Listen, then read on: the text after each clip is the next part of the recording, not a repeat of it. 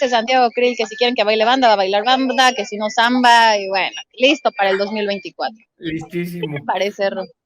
Hace poco comentaba ahí en Twitter que para mí la tragedia del PAN es que su cuadro más viable para la presidencia de la República es Santiago Krill, pero el lado Sí. cómico es que Santiago Krill está en segundo lugar porque Lili Telles le va ganando en las encuestas.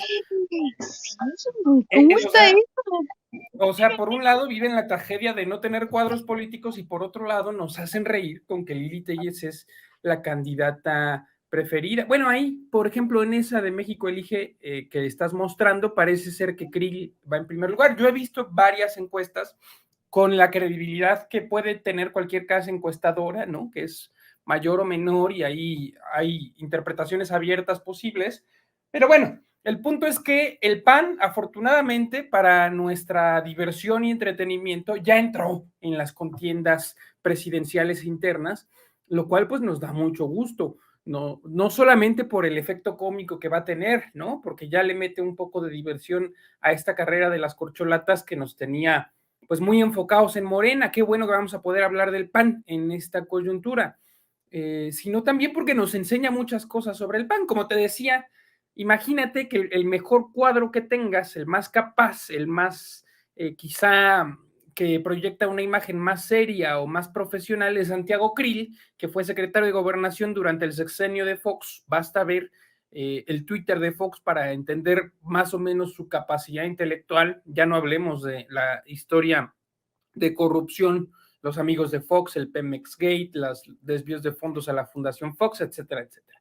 ¿No? Vámonos a lo pragmático, más allá de hablar de los escándalos de corrupción de Krill, como por ejemplo su concesión histórica a casinos para permisos de operaciones, que en un periodo de una semana entregó más concesiones que todos sus antecesores desde la Secretaría de Gobernación y que después, pues evidentemente ha recibido beneficios por ellos, ¿no? O sea, el candidato de los casineros se va a enfrentar a la candidata del Opus Dei. El problema para la cúpula del PAN, pues es que conocen a Lili Telles. Hay que acordarnos que Lili Telles llegó a su escaño en el Senado de la República, a su curul, gracias al impulso de Morena. Y en Morena se le conoce como una persona que decidió traicionar el proyecto, porque eso es lo que hizo. Finalmente corrió, se lanzó a la carrera política defendiendo la idea de la transformación y un año después de su elección, no solamente cambió de partido, que eso podría entenderse en algunos casos, ¿no? Podría ser respetable. Cambiar de partido no es necesariamente un acto de traición si tu persona es congruente a lo largo de la historia. Pero veíamos, por ejemplo, las imágenes de ella siendo muy complaciente con Enrique Peña Nieto en una entrevista auspiciada por el Fondo de Cultura Económica Hasta durante cómo el se le gobierno. quedaba viendo, ¿no? Ojitos así Ajá, de y la amor. que le hace, vaya, y después está en contra de la cúpula de Peña Nieto. Ella denunciaba la corrupción durante el calderonismo y ahora está pues siendo socia política y correligionaria de Margarita Zavala y Felipe Calderón, ¿no? Lo que le preocupa a la cúpula del PAN es la tendencia, la proclividad de Lili Telles a traicionar. Y si vamos a hablar en favor de Lili Telles, habremos de decir que ella no se debe a la cúpula del PAN, ella no le debe favores a la cúpula del PAN, porque el PAN, en la crisis política en la que se encuentra y en la que se encontraba desde que inició el gobierno de Andrés Manuel, agradecía que alguien llegara a las filas de su partido, sobre todo si salía de Morena, pues es un gran trato. Le estás quitando una representación en el Senado al partido del gobierno. O sea, el PAN necesitaba más a Lili Telles de lo que Lili Telles necesitaba al PAN. Lili Telles bien se pudo ir al PRI o se pudo ir a MC. El asunto es que esa falta de necesidad que tiene Lili Telles del PAN ahora, porque ha usado al PAN de trampolín político, pues la Lo puede está llevar a usando. otro partido. No le debe lealtades a la cúpula del PAN. Y como es Entonces, una eso chaplina experta, en efecto, es muy fácil que traicione. Entonces, pues ¿ah? claro que les asusta. Por otro lado, pues es claro que están promoviendo desde la cúpula del PAN a Santiago Krill. A El asunto de Santiago. las firmas, que Lili Telles lo maneja muy bien. Santiago Krill dice, no, pues hagámoslo por firmas, apostando a que la estructura del PAN nacional, del CEN nacional del PAN, le va a ayudar a juntar esas firmas, y Lili Telles dice, ¿cómo te estás financiando esa Eso recolección estuvo de buenísimo, ¿no? Es que Ahí, pues, ¿qué está y dando a entender? ese es el peligro de los liderazgos políticos hoy día, ¿no? Que con su discurso antipartidos, ¿no? Porque en esencia ella se dice ciudadana, etcétera, ¿no? Aunque veamos su historial de ¿cómo decirlo? De complacencia con el poder político y económico, ¿no? Aunque veamos los montajes televisivos, aunque veamos cómo lo que decías tú de su entrevista de Peña Nieto, etcétera, su discurso ciudadano parece vender con un ala de la derecha que está desencantada de los partidos tradicionales y que quiere una opción distinta a Andrés Manuel. Por eso Andrés Manuel dice, no la marginen, ¿no? O sea, por un lado, Andrés Manuel está siendo irónico porque sabe perfectamente que tanto Lili Telles como Santiago Krill se van a topar con pared ante la estructura de Morena, ante el poder de convocatoria del partido del gobierno. O sea, sea Lili Telles o Santiago Krill, y por eso es tan divertido hablar de esto, ¿no? Como morenistas o como miembros de la Sí, oposición, porque sí. sea quien sea va a perder, va a quedar relegado, ¿no? En Sí, la claro. contienda política. Entonces, pues es un disfrute verlos pelear. Pero Andrés Manuel, por un lado, se burla de eso, pero por otro lado, también aprovecha esa ironía para denunciar las prácticas antidemocráticas del PAN, que por Del PAN. cierto, me hace acordarme de una anécdota de Santiago Krill, estaba ahí con Alito Moreno y otros miembros de la coalición, y decía, no, Andrés Manuel, ni en los peores tiempos del PRI, de la corrupción del PRI, con el presidente del PRI al lado, luego se da cuenta de que está al lado del presidente del PRI, y dice, no, pero ya se democratizaron los del PRI. Bueno, Andrés Manuel está mostrando, y por eso lo menciona en la mañanera, que es una farsa que haya democracia interna en el PAN o en el PRI, ¿no? Hasta ahora se ha hablado mucho de las corcholatas de Morena porque nadie se había puesto en la palestra de la oposición a disputar una candidatura interna, ¿no? Y entonces, bueno, Andrés Manuel inmediatamente retoma el tema para mostrar cómo se comportan los actores políticos de la oposición. Yo creo que esa entrevista que dan con Boroso, en donde al final Lili Telles saca las armas, así a punto de cerrar la elección, le arrebata la palabra. Mira, tú haces un gran sacrificio por el periodismo, pero yo también, yo me aventé toda la entrevista con Broso, imagínate mi sufrimiento esos 40 minutos. Oye, qué oso eso. O sea, se Tener, dieron con todo. se dieron con todo, o sea, aburridísima, pero bueno, por lo menos Lili Telles sacó ahí las navajas, los puñales arteros y más o menos, pues eso le da un cierto nivel de entretenimiento. Entonces ya se destaparon en el PAN y eso pues nos hace pensar que pronto, porque a ver, la otra parte, además de lo interno del PAN, pues es la coalición, ¿no? El PRD no pinta para nada, pero ¿qué va a hacer el PRI? El PRI está ante una disyuntiva, o se subordina al PAN, ¿no? En esta ficción del gobierno de coalición que después podemos intentar discutir, pero o se subordina al PAN o desaparece, ¿no? Y por otro lado, Movimiento Ciudadano, que también está atacando al PRI porque no quiere sumarse, pero fíjate ahí lo interesante, Movimiento Ciudadano y PRI se están peleando y Movimiento Ciudadano no se mete con el PAN, lo que ya te No, habla un poco de la distribución de las tareas en la coalición opositora. El qué PAN toma las importante es eso que mencionas. decisiones, el PRI agarra el garrote. Ajá. O sea, el PRI se Sí, va a volver el órgano de golpeteo de la coalición y el PAN va a ser el órgano de la toma de decisiones. Por eso nadie habla del PRI en estos momentos. Vamos a ver, y eso sería, si yo fuera Lito Moreno, Dios me libre, pero si yo que fuera también ya Alito, se destapó, perdón, Rosa, ¿no? Como sí, dime, candidato también. Alito Que ya se también ya destapó. Alito Moreno. Ujú. No, bueno, sí, fíjate, nadie se enteró. Yo no estaba enterado de su destape. No, sí.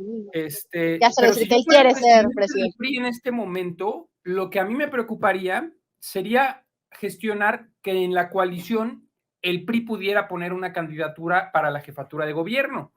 Vamos a ver si logra eso Alito Moreno, pues podría darle cierta viabilidad al PRI como partido político. Si no lo logra, estaremos hablando de que el PRI se vuelve un satélite más en rumbo a desaparecer, porque pues ya viene la elección en el Estado de México. Y aunque no se gane Coahuila, que yo sigo pensando que no se va a ganar, lamentablemente, el Estado de México es el bastión principal del grupo en el poder en el PRI y del PRI nacional. Ese lo van a perder definitivamente. Entonces, se van a quedar con un Estado. No sé si haya otro estado gobernado por el PRI en este momento, no me viene a la memoria, con un par de estados. Quizá Nada más en Estado un, México y Coahuila, ¿no? Ya, ahorita. y ya van a perder uno. Se quedarían con Coahuila en el mejor de los casos, mientras Qué Movimiento lamentable. Ciudadano tiene 3, ¿no? Bueno, Jalisco, Nuevo León y tiene algunas cabeceras importantes, Guadalajara, tiene 2 estados y varias capitales, ¿no? Entonces, sí hay una reconfiguración de la oposición en donde el PRI está a un paso de desaparecer y el PAN pues está regalándonos auténtica comedia política. Totalmente. Y luego esta barda, ¿no? Que pintan, te digo, los de Movimiento Ciudadano y que casualmente, digo, de risa loca, pues el que está ahí diciendo que nada con el PRI es un expriista, o sea, dices, qué barbaridad, ¿no? O sea, a ver, hay un claro ejemplo de cómo está la oposición, querido Rodrigo. Oye, ahorita que hablábamos de Coahuila, quería pedir tu opinión sobre lo que dijo ayer el presidente de Ricardo Mejía, ¿no? Ahorita entrando a Sí, este tema de ya las elecciones de Coahuila, esto que ayer menciona el presidente, que no quiere que nadie use su nombre, que la niega relación con Ricardo Mejía, esta actitud que tomó Ricardo Mejía de aferrarse a algo que pues, híjole, se vio más su ambición, creo yo, ¿no? Le ganaron sus ambiciones personales, a pesar de que el presidente, cuando él no quedó en la encuesta, como ganador en la encuesta que hizo Morena, le dijo, tú no te preocupes, tú aquí eres parte importante, ¿no? Como subsecretario de seguridad y pues parece que a Ricardo Mejía le entró y le salió lo que le dijo el presidente y se fue, pero allá para competir, pero como en el PT. Entonces, sí, bueno. Mejía Verdeja perdió la paciencia, le ganó, como tú dices, la ambición y su Uh-huh. pasado panista. Y pues bueno, ahora está en franca oposición al proyecto de transformación. Como tú lo dices, es la ambición personal. Ahora, yo aquí sí veo un elemento muy interesante. En Coahuila hay 2 candidatos que se dicen herederos o representantes del obradorismo, ¿no? Que son Guadiana y Mejía. Más allá de tu postura respecto a cualquiera de los dos, ¿no? Digamos, dejemos Coahuila de lado y los candidatos de lado, sí empieza a delinearse un fenómeno importante que también está presente en la disputa de las corcholatas de Morena. Uno de los centros de la disputa política es la correcta representación del liderazgo de López Obrador, la herencia del liderazgo de Andrés Manuel López Obrador. Y lo hemos dicho muchas veces, nadie es López Obrador. Quien gane la presidencia en el 2024 no es López Obrador, a pesar de que la va a ganar en muy buena medida por que la gente quiere la continuidad del proyecto de transformación de ¿Sí? Morena que inició López Obrador, nadie es López Obrador. Y entonces empezamos a ver un fenómeno que va a ser muy interesante en el futuro y que ya se está dejando ver. Van a empezar las disputas alrededor de quién representa correctamente a López Obrador.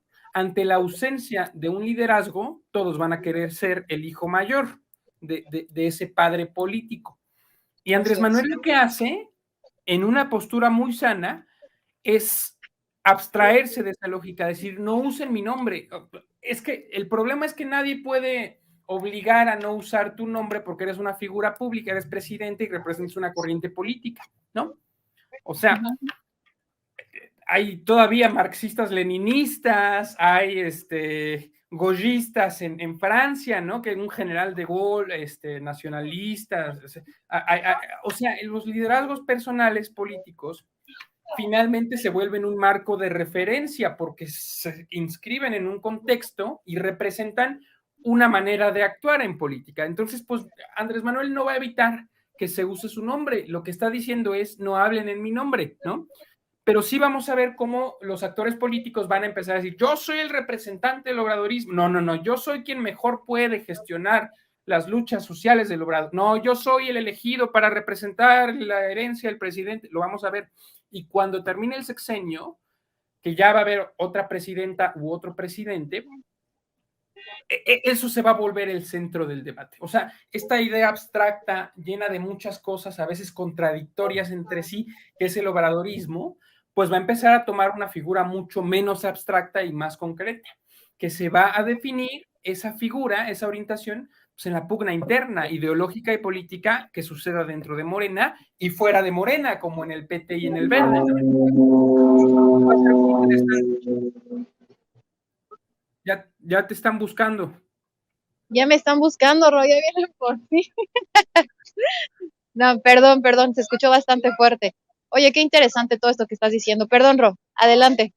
No, en eso estaba, ya había terminado. El asunto es cómo el nombre de Andrés Manuel o la idea de representar lo que Andrés Manuel representa se vuelve un elemento de disputa y va a ser una tendencia que vamos a ver a futuro, mucho más marcada. No, y eso está muy mal, el presidente lo ha dejado claro, ¿eh? No quiero que nadie use mi nombre, nada, que yo vengo contigo, que desde hace 40 años, o sea, no solamente es Ricardo Mejía, este que vemos en pantalla, es en general esto que está diciendo el presidente. O sea, aquí no se, dice el presidente, no se lucha por un puesto político, ¿no? Es por ideales, por México, por el país.